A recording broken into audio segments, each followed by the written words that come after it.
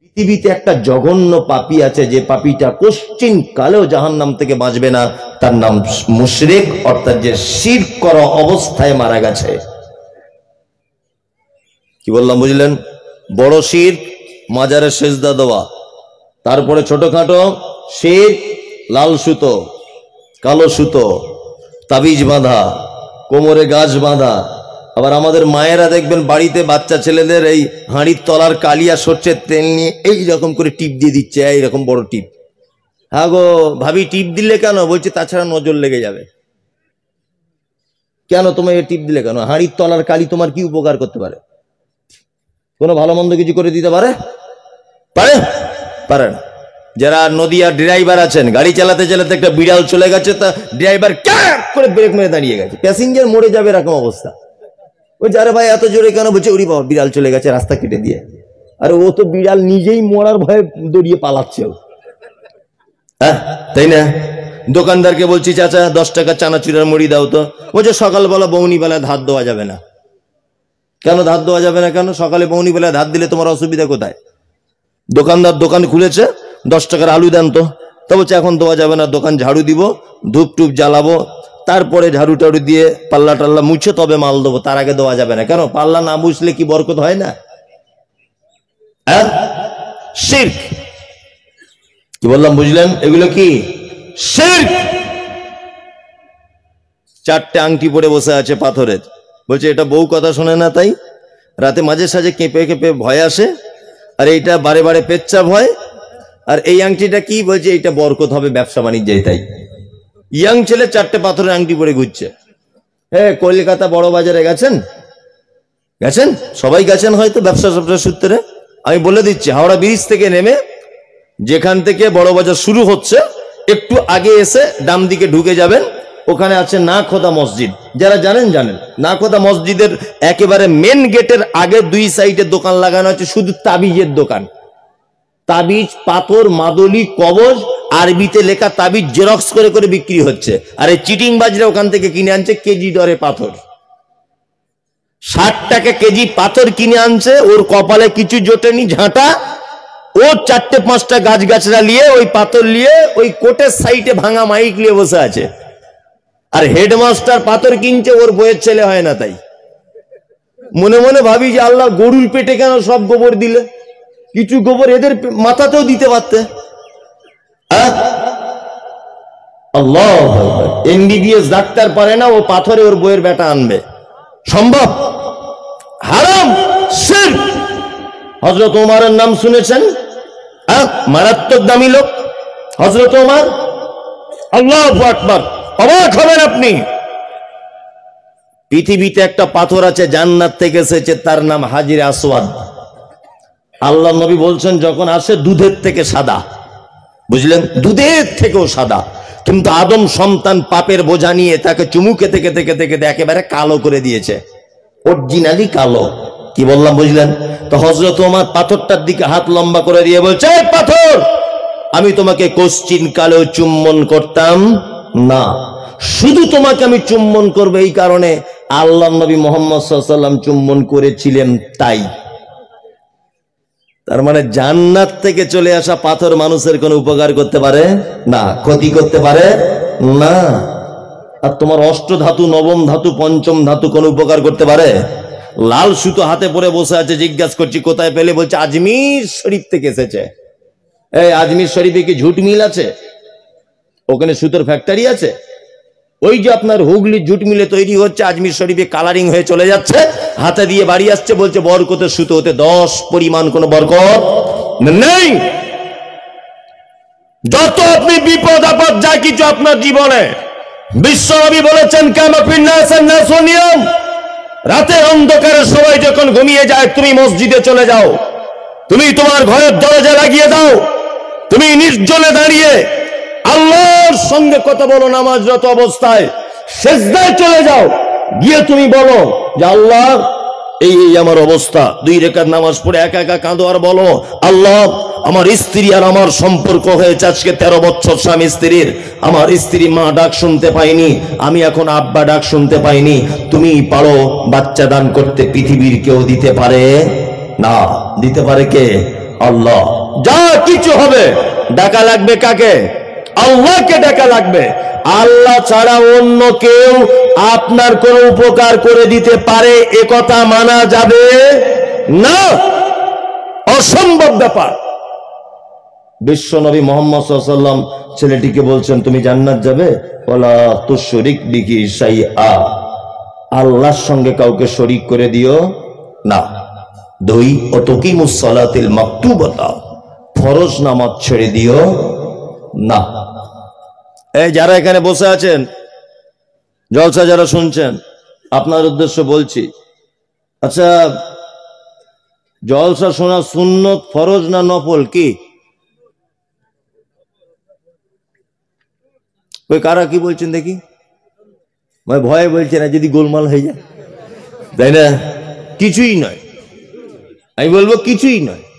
শুনলে না কি পাবেন, না শুনলে গোনা নেই। আপনি যদি এখন চলে যান গোনা হবে না, আপনি নেকির আশায় বসে আছেন, তাই না? জি। আর একটা কথা আপনাকে বলি, তবে হ্যাঁ, দিনের জ্ঞান অর্জন করা ফরজ। এই দিক থেকে যদি আপনি ধরেন তাহলে একটা মূল্যবান জায়গায় আপনি আছেন, তাই তো?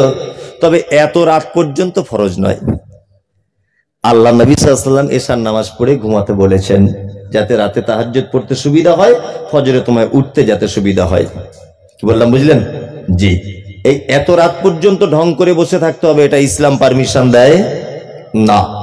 যাই হোক, আপনাদেরকে আমি গোনা হচ্ছে তা বলছি না, আলহামদুলিল্লাহ যারা বসে আছেন আপনাদের জন্য শুকরিয়া। তার মানে জলসা শোনাটা ঐচ্ছিক ব্যাপার, ইচ্ছা, তাই না? আচ্ছা এবার আপনি বলুন, আপনারা যারা বসে আছেন জলসা শুনে জান্নাতে যাবেন, নেকি পাবেন, এই আশা সবারই তো? সবারই। আচ্ছা আজকে ফজরের নামাজ, জোহরের নামাজ, আসরের নামাজ, মাগরিবের নামাজ, এশার নামাজ, এই 5 ওয়াক্ত নামাজ পড়েছেন একদম সিরিয়াল বাই সিরিয়াল। হাত তুলে বলুন কারা? তুলুন, শুকরিয়া। তার মানে যা লোক আসে তার 30% মানুষ পড়েছেন, 70 জন মানুষ পড়েনি। ও কিন্তু বসে আছে জলসা শুনে জান্নাত যাওয়ার লোভে, তাই না? হ্যাঁ, মানে আমরা এতটাই বোকা, এইখান থেকে এইটা ঝেঁকে রাখা সুন্নত না ফরজ? আরে বুঝে বলুন, এইখান থেকে এই জায়গাটা ঢেকে রাখা কি ফরজ? লজ্জাস্থান ঢেকে রাখা ফরজ না? আর এই মাথায় দেওয়া কিছুই নয়, সুন্নত নফল কিছুই নয়। টুপি ইসলামিক একটা সাজ দিলে ভালো লাগে, এতটুকুই ভালো করে বুঝবেন। ইসলামিক সাজ, লিবাস, আল্লাহ সৌন্দর্যকে পছন্দ করে, এতটুকুই, তাই না? জি। এবার আপনাকে একটা কথা বলি, আমরা যদি এরকম করি, মাথায় টুপি পরে আর পাছাটা যদি আগলা করে রাখি, কেমন লাগবে দেখতে? খুব ভালো লাগবে না? হ্যাঁ, ছবি তুলে ফেসবুকে ছাড়াও যাবে, সাংঘাতিক মুসল্লি, পাছা আগলা মাথায় টুপি। তা আমাদের অবস্থা ঠিক তেমন, এশার নামাজ নাই, ফজরের নামাজ নাই, জোহরের নাই, অথচ জলসা শুনছে রাত 12টা বাজে, তবুও মমতাজুলের বক্তব্য শুনতে হবে, বসে আছে চুপচাপ। কিসের জন্য বসে আছেন আপনি? আপনি বাড়ি চলে যান, কারণ আপনি তো ওই লোক যে পাছা আগলা মাথায় টুপি, ফরজ ছেড়ে দিয়েছেন, জলসা শুনতে রাত 2টো পর্যন্ত বসে থাকবেন, অথচ আপনি 5 ওয়াক্ত নামাজ পড়েন না। এটা লজ্জা। আপনি এখনো হাসছেন? আপনি ভাবুন কথাগুলো, ভাবুন। পৃথিবীতে একটি মাত্র আমল আছে যে আমলে কোনো রকমের সুযোগ নেই, যে আমল থেকে আপনি বিরত থাকবেন। হজ ফরজ, আপনি যেতে পারছেন না, টাকা অন্য কাউকে দিয়ে দিলেন, নেকি আপনার হয়ে যাবে, কোনো সমস্যা নেই। অসুস্থ, রোজা করতে পারছেন না, ওমান কানা মিনকুম মারিজান আও আলা সাফারিন ফাইদ্দাতুন মিন আইয়ামিন উখার ওয়া আলাল লাযিনা ইউতিকুনাহু ফিদিয়াতুন তুআমুল মিসকিন। তোমাদের ভিতরে যারা সফরে থাকবে রোজা অন্যদিন করবে, যারা অসুস্থ থাকবে ফিদিয়া দিয়ে দিবে, আপনি অন্যজনকে ফিদিয়া দিয়ে দেবেন, নেকি আপনি পেয়ে যাবেন। নামাজ এমন একটি ইবাদত, যে ইবাদতের পরিবর্তে আপনি কোন রকমের কিছু দিয়ে এটা পরিবর্তন করা যাবে না, বাধ্যতামূলক। আল্লাহ সুবহানাহু ওয়া তাআলা পবিত্র আল কোরআনের ভিতরে বলছেন, মা সালাকাকুম ফি সাকার ক্বালু লাম নাকু মিনাল মুসাল্লিন। সাকার নামক জাহান্নামীকে জিজ্ঞাসা করা হবে, এই তুমি কেন এখানে? তখন সে বলবে, আমার সব ভালো কাজ ছিল, অলু লাম নাকু মিনাল মুসাল্লিন, শুধুমাত্র আমি ভাই নামাজ পড়তে পারিনি, শুধু আল্লাহ আমি নামাজ পড়তে পারিনি, এই কারণে আমি এখানে কি জাহান্নামে এসেছি। বিশ্বনবী বললেন, একজন বাড়ির সামনে যদি একটা নহর যদি থাকে, আর সেই নহরে একজন মানুষ যদি দিনে 5 বার যদি গোসল করে, তাহলে কি তার শরীরে আর কোনো ময়লা কি থাকবে? সাহাবীরা বলছেন, আল্লাহর নবী গো, অসম্ভব ব্যাপার, তার শরীরে আর কোনো ময়লা থাকতে পারে না।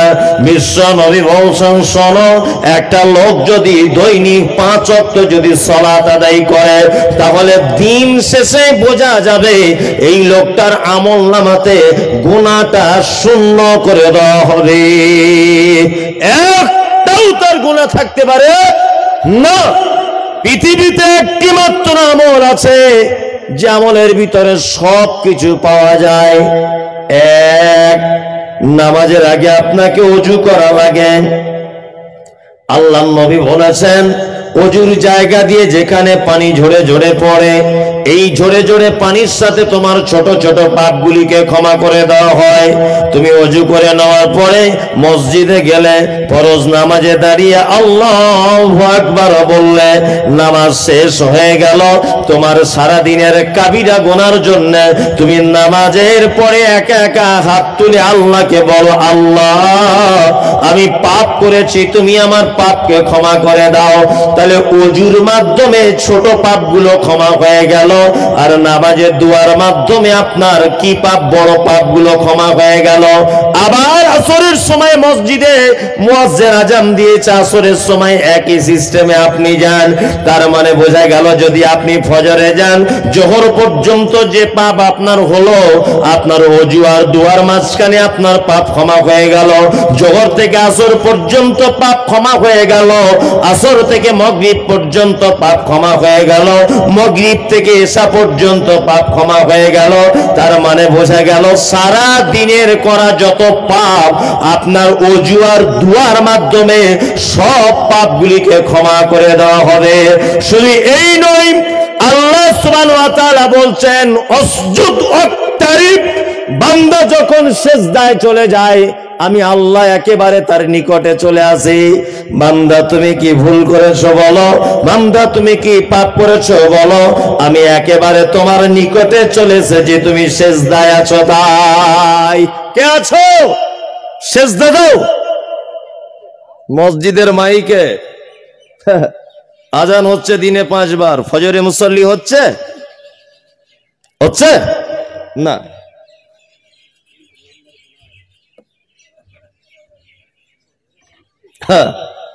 এটা তো রুগী সব জায়গাতে, সারা পশ্চিম বাংলায় বলছি, মসজিদের মাইকটাকে আইসক্রিম ওয়ালাদের মাইকের মতো মনে করেছে মানুষ। তোমার বুদ্ধি আছে? যে ওর জন্য এলান করছে কিয়ামতের দিনে ওকে আসামির কাঠ গড়াতে দাঁড়াতে হবে, এ বলে দিলাম। এটা কোন বেনামাজি যদি মারা যায়, সালা মসজিদে এসো, তুমি আসনি। 50 বছর তুমি আল্লাহর ঘরের আজানকে অপমান করেছো, আর তোমার মতো একটা অপদার্থ লোক মারা গেল, আর মুয়াজ্জিন সবার আগে মসজিদে এলান করতে যাবে। আজকে সারা পৃথিবী যখন মসজিদ ভেঙে দেওয়ার সংগ্রাম চলছে, আপনার লজ্জা নেই? আপনার দেশের বাবরি মসজিদ ভেঙে দেওয়া হয়েছে, আপনি জানেন না? ফিলিস্তিনের মাটিতে মসজিদ আকসা ভেঙে দেওয়ার চক্রান্ত চলছে, আপনি জানেন? সারা ভারতবর্ষের এখনো আর না হওয়াতে 10 পয়সা দাম দিই না। আমাকে এনেছেন কেন? আমি তো বলে যাব সত্য কথাটা। জানাজার সামনে, লাশের সামনে দাঁড়িয়ে আছে ইমাম সাহেব। ইমাম সাহেব মারা গেদের পক্ষ থেকে 30টা, টোটাল 42টা খতম হয়েছে, এর নামে বকশে দেওয়া হবে। আর কি বলে? আর বলে মাইয়েতের জন্য সকলেই দোয়া করবেন। আরে অনেক জায়গাতে বলে, আপনি এখানে না হয় বলে, কি বলে না বলে মাইয়েতের জন্য দোয়া করা হবে। ওকে জান্নাত ঢোকানো যাবে না। 4টে বেটা কোটি কোটি টাকার মালিক, জলসায় মাদ্রাসায় দান করছে 1 লাখ, বলছে আমার আব্বার নামে। ইমাম সাহেব দোয়া করে দিল, বক্তা দোয়া করে দিল, আল্লাহ 1 লাখ টাকা দান করেছে, বাপকে জান্নাত করে। অত সহজ? 1 লাখ। আমার ছেলে মৌখিক পরীক্ষা দিয়েছে ফার্স্ট, সব পরীক্ষায় ফার্স্ট। আমার ছেলে মিলিটারির চাকরি করবে, কি বললাম? মিলিটারি। এখন সব পরীক্ষা ফার্স্ট হওয়ার পরে যখন হাইটটা মাপা হচ্ছে, তখন দেখছে আমার ছেলে 4.5 ফুট বা 4 ফুট। ঠিক তেমন একটা মানুষের জীবনে যত আমল আছে, এই একটা আমলের সঙ্গে জান্নাতটাকে আল্লাহ সুবহানাহু ওয়া তাআলা লটকিয়ে দিয়েছেন, তার নাম সালাত। সমস্ত ভালো কাজ করেছে, কিন্তু লোকটা নামাজ পড়েনি, ওর জান্নাতে যাওয়া কি কঠিন। আমার ছেলে সব ভালো কাজ, শুধু হাইট কম, চাকরি পাবে না। ও সব ভালো কাজ, নামাজ পড়েনি, জান্নাত নেই। ওই জন্য বিনীত অনুরোধ, অন্ততপক্ষে মসজিদে এসে নামাজটা পড়বে। কি বললাম বুঝলেন? আচ্ছা, জলসা যারা দিচ্ছে, বুড়োরা দিচ্ছে না ইয়াংরা দিচ্ছে? এসব নামাজ পড়ে এরা? পড়ে আলহামদুলিল্লাহ। আর কারা কারা পড়ে না কমিটিতে আছে? সবই পড়ে আলহামদুলিল্লাহ, তাহলে তো খুবই ভালো। আর যারা পড়ে না কমিটিতে আছেন, এর জন্য আবার আলাদা মার হবে। কবরে তো মার যা হবে হবে, এর জন্য আলাদা। কারণ এর জন্য আলাদা এই কারণে, একটা কথা বলি, এখানে যত লোক বসে আছেন, কবরে আল্লাহর দরবারে সব থেকে কঠিন হিসাব হবে আমার, আপনাদের থেকে বেশি। কারণ আমি হলাম জাননেওয়ালা লোক। আপনারা যে কিছু জানেন না সেটা বলছি না, মানে ধর্মীয় ব্যাপারে আমি জাননেওয়ালা লোক। আমি একজন আলেম, ছোট হোক বা বড় হোক, যাই হোক, ছেঁড়া ফুটো যাই হোক, তার মানে আপনার থেকে কড়াকড়ি হিসাব আমার হবে, তাই না? আপনি তবু বলে দিতে পারবেন যে আল্লাহ ওই ব্যাপারটা জানা ছিল না। ঠিক আছে, তাহলে তোর জানা ছিল না যখন, তুই চুপচাপ মেরে বস। এবার মমতাজুল আয়, হিসাব হচ্ছে, ধরে নেন আল্লাহ বলছে মমতাজুল তুই এখানে আয়। আমি গেলাম, এটা কি ব্যাপার? ওটা করতে পারিনি, চলো লাঠি রেডি করো। ভালো করে বুঝবেন। ঠিক তেমন তুমি নামাজ পড়ো না, আলাদা ব্যাপার। আবার যদি ফেরেশতারা দেখে, ওরে বাবা নামাজ পড়ে না, আবার কমিটিতে জলসা, চাল মার শুরু কর, স্পেশাল করে মার লাগা। ও নিজে পড়তো না কেন জলসা ডেকেছিল? আমাদের মসজিদ কমিটিতে এরকম কিছু কিছু আছে না নেই? নামাজ পড়ে না মসজিদ কমিটিতে, মানে ওরা একটা লজ্জা শরমও নেই, যে মানুষ হিসেবে একটা লজ্জা শরম থাকে, সেটাও নেই। মনে হয় লজ্জা বাজারে বিক্রি করে খেয়ে এসেছে। মসজিদ আল্লাহর ঘর, তুমি কেন সেক্রেটারি হতে গেলে? তুমি নামাজ কালাম পড়ো না? একটা নিম্নতম জ্ঞান থাকা তো উচিত, যে আমি একটা বেনামাজি লোক, আমি মসজিদের কেন দায়িত্বে যেতে যাব? আসলে এইসব কথাগুলো বলি আর মানুষ বলে বিতর্কিত লোক, বদমাশ লোক, খারাপ লোক, এটা ওটা। আরে যেটা বলছি আপনার ক্ষমতা থেকে কথা কেটে দেন, তাহলেই তো বলবো আপনি বাপের বেটা।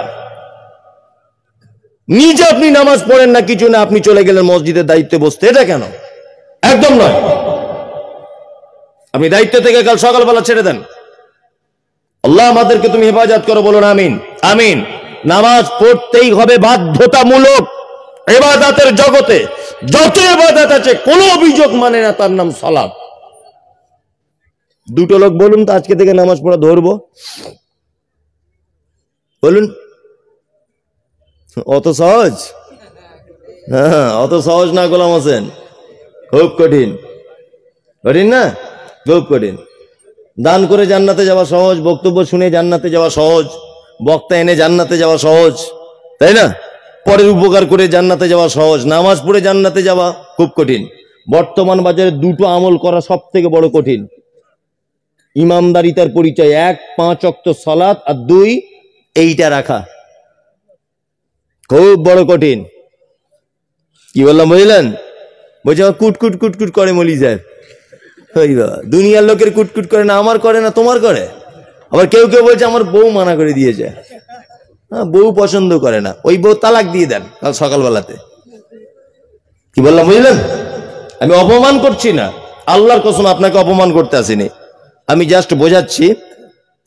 দুটো মাত্র জিনিস মানুষের বাহ্যিক দিকে বোঝা যায় যে এই লোকটা আল্লাহওয়ালা লোক, বাহ্যিক দৃষ্টিতে। 1, দীর্ঘদিন দেখবেন নামাজ পড়লে এখানে একটা দাগ হয়ে যায়, যায় না?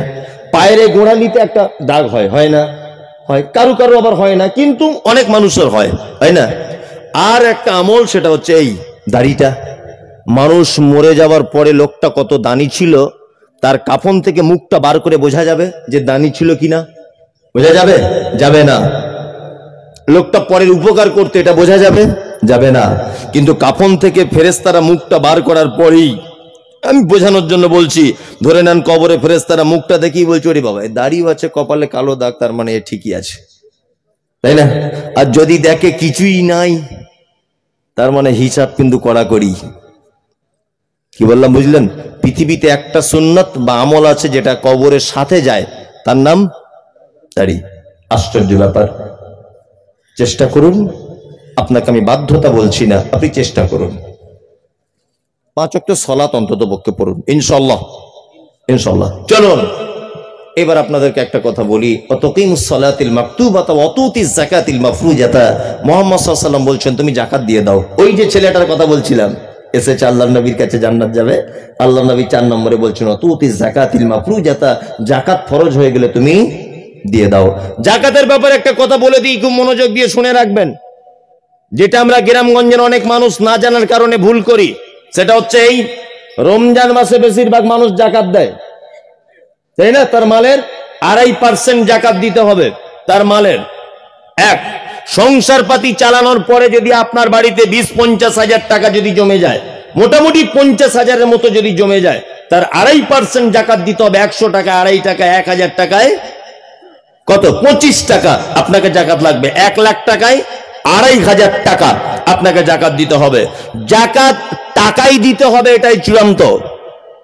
অনেক মানুষ আছে মোস্তানি করে, দেখছি 30টা শাড়ি কিনে এনে বিলি করছে। না, পরের টাকা আপনি কেন শাড়ি কিনতে গেলেন? ওটা তো গরিব মানুষের টাকা। ওর টাকাতে আপনি কেন শাড়ি কিনবেন? ওর টাকাতে আপনি কেন লুঙ্গি কিনতে গেলেন? টাকা তো ওর। 8টা মানুষের ব্যাপারে যাকাত দেওয়া যাবে। কটা মানুষ? 8টা। যাকাতের টাকা ওকে বুঝে দেন। ও শাড়ি কিনবে না, ঈদের দিনে সিমাই লাকচা কিনবে না, ও কি জুতো কিনবে না, ব্লাউজ কিনবে না, সায়া শাড়ি কিনবে, ওর ব্যাপার। সবাই যদি ওকে সায়া শাড়ি ব্লাউজ যদি দেয়, তা ওই ঈদের দিনে গোশ মাছ কিনবে কি করে? আর ওটা তো গরিবের টাকা, আপনি কেন শাড়ি কিনতে গেলেন? ওই জন্য বলছি, যাকাত দেওয়ার পরে আসল যে মাল থাকবে, ওই মাল থেকে আপনি কিছু শাড়ি কিনে বিলি বন্টন করুন, দান হিসাবে কাজ হবে। যাকাতের টাকা আপনি মোস্তানি করতে যাবেন না, টাকা গরিব মানুষকে বিলি করে দেন। মাথায় থাকবে এটা? জি। চলুন তারপর মুহাম্মদ সাল্লাল্লাহু আলাইহি ওয়াসাল্লাম বলেছেন তাহুজ্জাল বাইত, মক্কা থেকে যাওয়া আসার মতো টাকা যদি তোমার কাছে আছে, তাহলে তুমি একবার হজ করে নাও, এটা তোমার জন্য ফরজ। হজ সবার জন্য ফরজ নয়, যারা গরিব মানুষ তাদের জন্য নয়। যাকাত দুটো মানুষের জন্য খাস, এটা হচ্ছে ধনী লোক। কি বললাম বুঝলেন? ধনী লোক। সত্যি গরিবদের থেকে ধনীরা, এই ধনীর থেকে গরিবরা কত বছর আগে জান্নাত যাবে? 500 বছর, তাই না? এর একটা দৃষ্টান্ত। আসলে কোনো মানুষ কোনো কিছু না করলে বোঝা যায় না। আল্লাহু আকবার। আমি সোশ্যাল মিডিয়াতে বললাম, সোশ্যাল মিডিয়াতে যে রবিবারের দিন যে আমার মাদ্রাসার ভিত্তি স্থাপন করছি, প্রায় 600 থেকে 800 বস্তা সিমেন্টের কাজ হবে ছাদের আগে, আর রড লাগবে প্রায় 5.5 লক্ষ টাকার কাছাকাছি, ইট 30,000। তো এগুলো সোশ্যাল মিডিয়াতে বলছি যে আপনারা কিছু কিছু আল্লাহর রাস্তায় সহযোগিতা করুন। তা আমাকে মোটামুটি 1000 লোক ফোন করেছে দুদিনে। এই 1000-এর ভিতরে 950 লোক রাজমিস্ত্রির লেবার আর শ্রমিক। ফোন করে বলছে হুজুর আমার 1 বস্তা সিমেন্ট লিখুন, আমি রাজমিস্ত্রি লেবারের কাজে এসেছি দিল্লিতে। আবদার করেছি, বললাম যে একটা মোটর যদি কেউ বসিয়ে দেন সাবমার্শাল, তাহলে খুব ভালো হয়। এখনো একটা মানুষ বলল না কেউ যে আমি একটা দিয়ে দিলাম। অথচ একজন একটা দিয়েছে, দিল্লিতে থাকেন উনি আজকে আসার সময় বললো আমি একটা দিয়ে দিলাম। ওই জন্য আমার এই কথাটা মনে পড়ে গেল যে মুহাম্মদ সাল্লাল্লাহু আলাইহি ওয়াসাল্লাম যে কথা বলেছেন এটাই চূড়ান্ত, যে এত বড় একটা প্রতিষ্ঠান প্রায় 80 থেকে 90 লক্ষ টাকা খরচা হবে শেষ পর্যন্ত, এটা আমার আইডিয়া। এখনো পর্যন্ত একটা ধনী মানুষ বলল না যে আমি 1000 ইট কিনে দিচ্ছি বা আপনাকে টাকাটা দিচ্ছি কিনে নেবেন। যত লেবার, যত গরিব মানুষ, ওই কেউ ঘুগনিওয়ালা, মাছওয়ালা, ফেরিওয়ালা, এরা আমাকে ফোন করে বলছে আমি 1 বস্তা দিলাম। আশ্চর্য হয়ে যাচ্ছি। তখন মনে মনে পড়ছে মুহাম্মদ সাল্লাল্লাহু আলাইহি ওয়াসাল্লাম যেটা বলেছেন এটা চূড়ান্ত, যে গরিবের থেকে ধনীর থেকে গরিবরা 500 বছর আগে জান্নাত চলে যাবে। 500 বছর আগে। মুর্শিদাবাদ থেকে, আল্লাহর কসম, মুর্শিদাবাদ থেকে একটা লোক ফোন করে বলছে আমি রাজমিস্ত্রির কাজ করি, আমি মৌলভী সাহেব 15 দিন ওখানে গিয়ে থেকে কাজ করে দিয়ে আসবো, আমার পয়সা দেওয়ার ক্ষমতা নেই। একজন বলছে ওখানে থেকে, আপনার মাদ্রাসাতে থেকে কাজ করে দিয়ে আসবো ফ্রিতে। মনে মনে ভাবছে, আফসোস হচ্ছে শুধু যে আল্লাহ নবী যেগুলো বলেছেন সত্যি কথা 100% বাস্তব। সব গরিব মানুষের আসছে। আল্লাহু আকবার। ধনী মানুষ যাদের জাকাতের আওতায় চলে এসেছেন, মালের জাকাত দিয়ে দেবেন, মালের জাকাত রাখবেন না, আপনার সমস্ত খাদ্যটা হারামে পরিণত হয়ে যাবে। একদিনের ইবাদত আল্লাহর দরবারে কবুল করা সম্ভব হবে না। বিনীত অনুরোধ, এতক্ষণ যারা এই পর্যন্ত বক্তব্য শুনলেন, এবার আপনাদেরকে আমি একটা ছোট্ট কথা উপদেশমূলক বলে আমি বক্তব্য আস্তে আস্তে শেষের দিকে আসছি।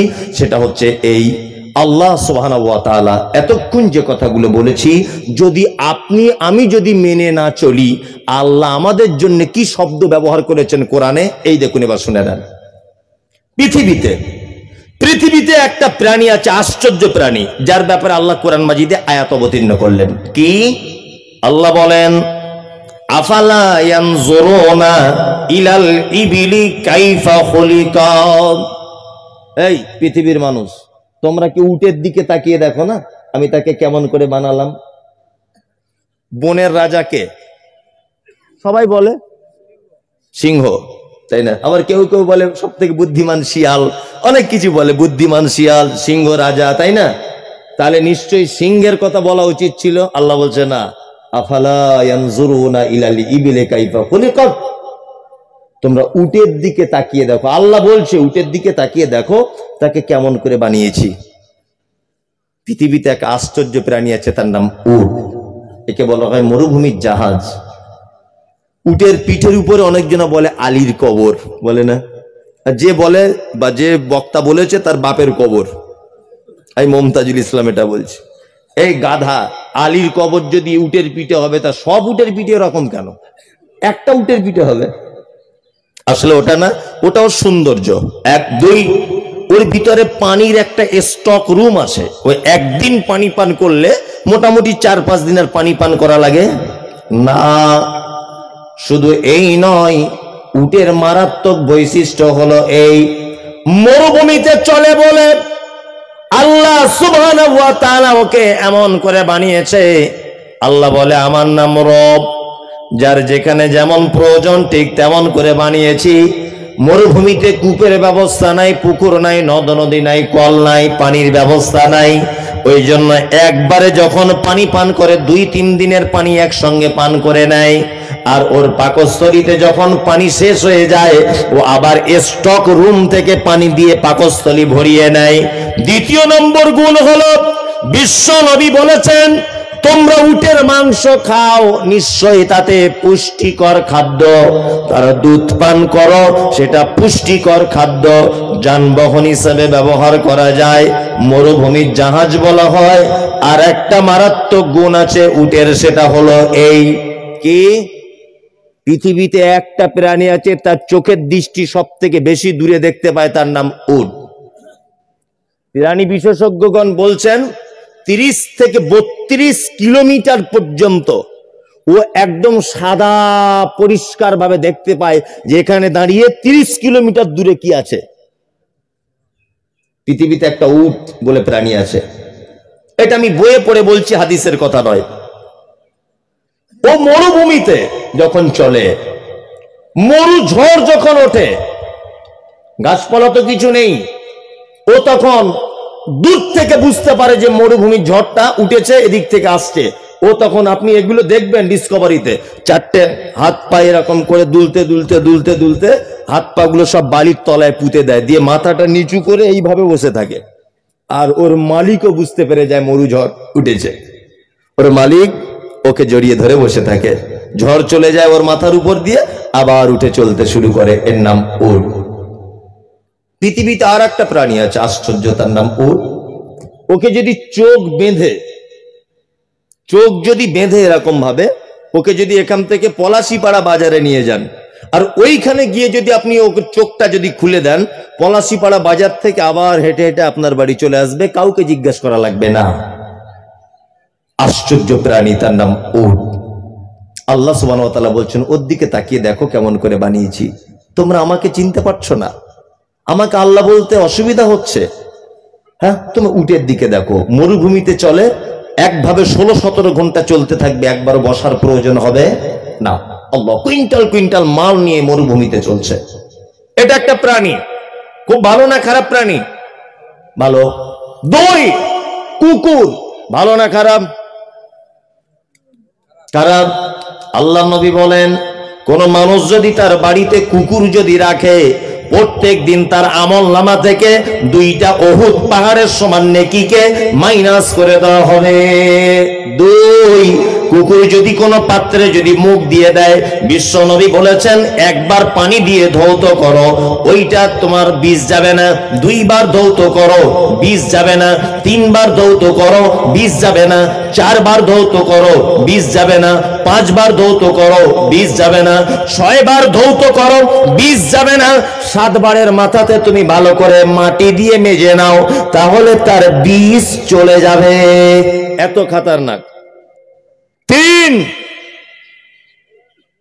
পৃথিবীতে সব থেকে বুদ্ধি বেশি, ঘ্রাণ শক্তি বেশি, তার নাম কুকুর।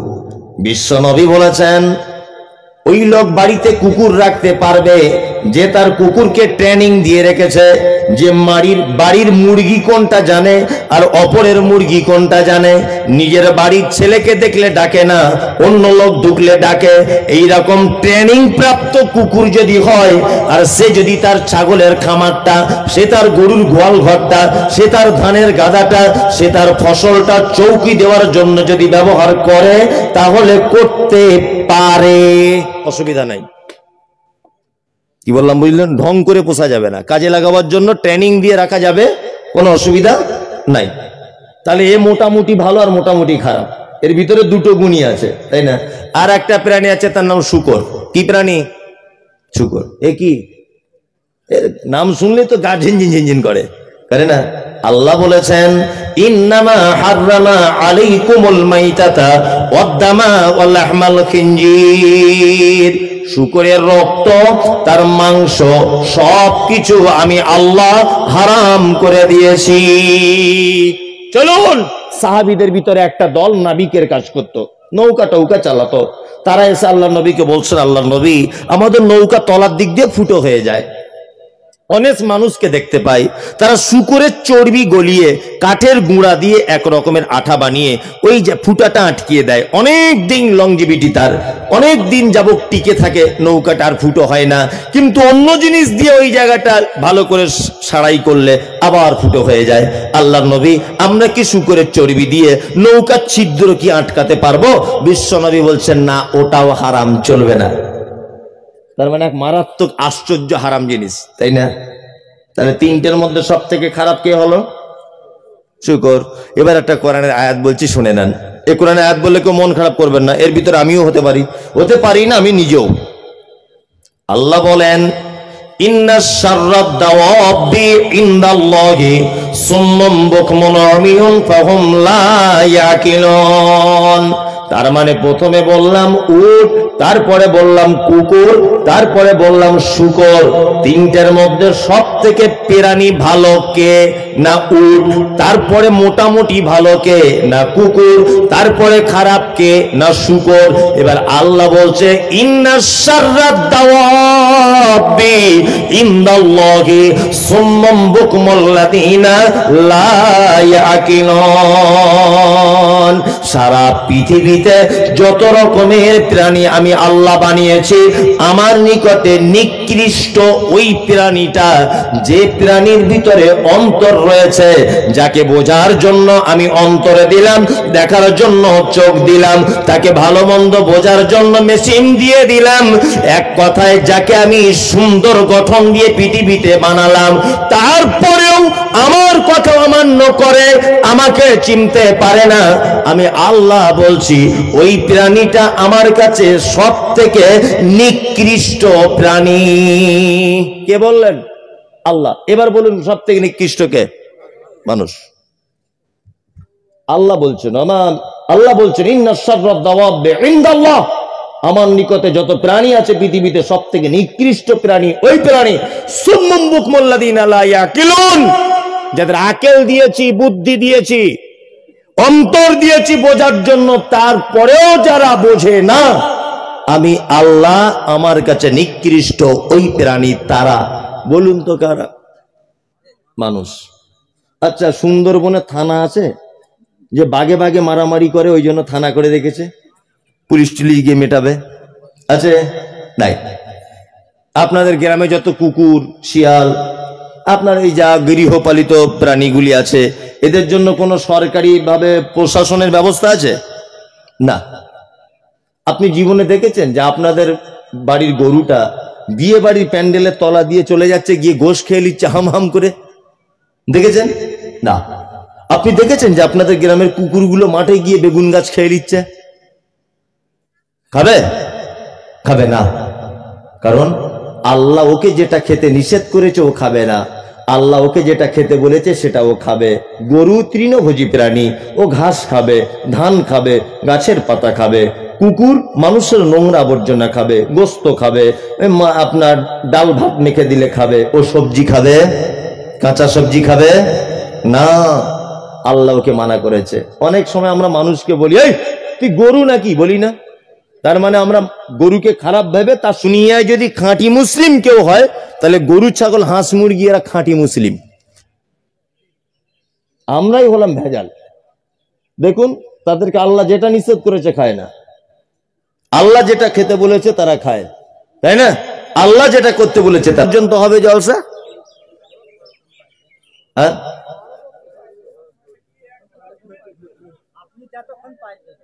আমি আর পাচ্ছি না, ধরে নেন, আমি আর পাচ্ছি না, ধরে নেন।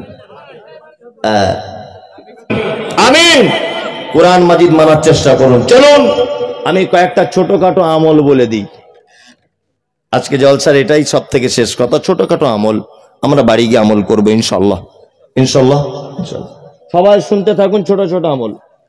আচ্ছা, কিয়ামতের দিন নেকির দিক ভারী হচ্ছে না। আল্লাহ নবী সাল্লাল্লাহু আলাইহি ওয়াসাল্লাম তিনি বলছেন, আলহামদুলিল্লাহ তামলা আল মিজান। তুমি দিনে রাতের কিছু অংশে বলো আলহামদুলিল্লাহ। আলহামদুলিল্লাহ শব্দটা এত ভারী যে মিজানের পাল্লায় নেকির দিকটা। আমার বাড়ি 24 পরগনা, ওর বাড়ি নদিয়া, ওকে আমি চিনি জীবনে? আপনার ওই সব ঢঙের কথা বাদ দিয়ে ডাইরেক্ট বলবেন যে আলহামদুলিল্লাহ। চলুন এক গ্লাস পানি পান করবেন। লা তামলাআন ওয়া তামলাআন মা বাইনাস সামাওয়াতি ওয়াল আরদ। কেউ যদি সুবহানাল্লাহ আলহামদুলিল্লাহ মিলিয়ে যদি বলে, আল্লাহ নবী বলছেন বাইনাস সামাওয়াতি ওয়াল আরদ, যে আসমানটা, সুবহানাল্লাহিল আযীম, এইটা যদি কেউ বলে, মুহাম্মদ সাল্লাল্লাহু আলাইহি ওয়াসাল্লাম তিনি বলেছেন যে ওই লোকের পাপ যদি দরিয়ার ফেনা সমপরিমাণ হয় তবুও ক্ষমা হয়ে যায়, তবে সাগিরা পাপ। আল্লাহ তাদের জন্য জাহান্নামের হুঁশিয়ারি দিয়েছেন। এই পাপ কাবিরা পাপ, সুদ কাবিরা পাপ, মদ কাবিরা পাপ, এর জন্য তওবা করা লাগবে। ছোটখাটো অনেক সাগিরা পাপ, যেমন এই বাম হাতে আমি পানি পান, আস্তাগফিরুল্লাহ আস্তাগফিরুল্লাহ, আল্লাহু আকবার আল্লাহু আকবার, আল্লাহুম্মা আনতাস সালাম ওয়া মিনকাস সালাম, তাবারাকতা ইয়া যাল জালালি ওয়াল ইকরাম, আল্লাহুম্মা আইন্নি আলা যিকরিকা ওয়া শুকরিকা ওয়া হুসনি ইবাদাতিকা। তারপরে মরার পরে চলে যাবে। এগুলো ছোটখাটো আমল, ইনশাআল্লাহ আমরা করব, ইনশাআল্লাহ ইনশাআল্লাহ। আর একটা চমৎকার হাদিসের অংশ আপনাদেরকে আমি শুনিয়ে দিচ্ছি, আপনারা বেশি বেশি করে আমল করবেন।